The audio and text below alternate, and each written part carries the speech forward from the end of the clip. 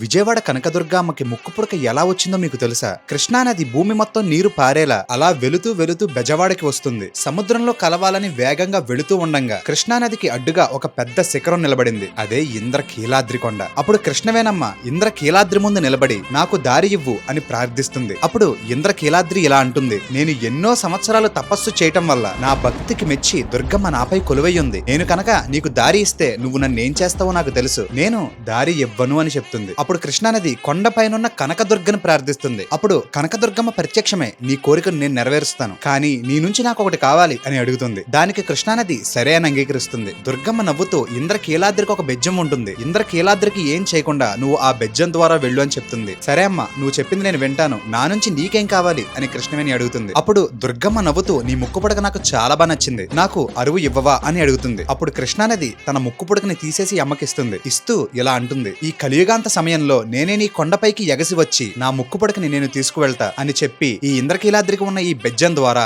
తను బయటకు వెళ్తుంది. అలా బెజ్జం వాడగా పిలువబడిన ఈ నగరం ఇప్పుడు బెజవాడగా మారింది. ఆ తల్లి బెజవాడ కనకదుర్గ చాలా శక్తివంతమైనదిగా భక్తుల్ని కష్టాల నుంచి రక్షిస్తూ కొండపై నుంచి ఎల్లప్పుడూ అనుగ్రహిస్తూ ఉంది. ఎవరైతే ఆ తల్లిని నమ్ముకుంటారో అష్టైశ్వర్యాలతో భోగ భాగ్యాలతో సిరి సంపదలతో తొలతూగుతారు. ఆ తల్లి అనుగ్రహం మీ మీద పడాలన్నా, మీకు ఉన్న కష్టాలన్నీ పోవాలన్నా ఆ తల్లిని కొన్ని విధాలుగా పూజించడం కొంతమంది గురువులకే తెలుసు. అందులో ఒకరు ప్రొఫెషనల్ ఆస్ట్రాలజిస్ట్ అయిన శివరుద్ర గారు. ఈయన జ్యోతిష్య శాస్త్రాన్ని అవపోసన పట్టిన ప్రొఫెషనల్ ఆస్ట్రాలజిస్ట్. మీకు విద్య, ఉద్యోగ, వ్యాపార సమస్యలు, ప్రేమ, పెళ్లి, సంతాన సమస్యలు, వీటికి మించిన సమస్యలు ఏమున్నా ఒక్కసారి శివరుద్ర గారిని కన్సల్ట్ అవ్వండి, మంచి పరిష్కారం చెప్తారు.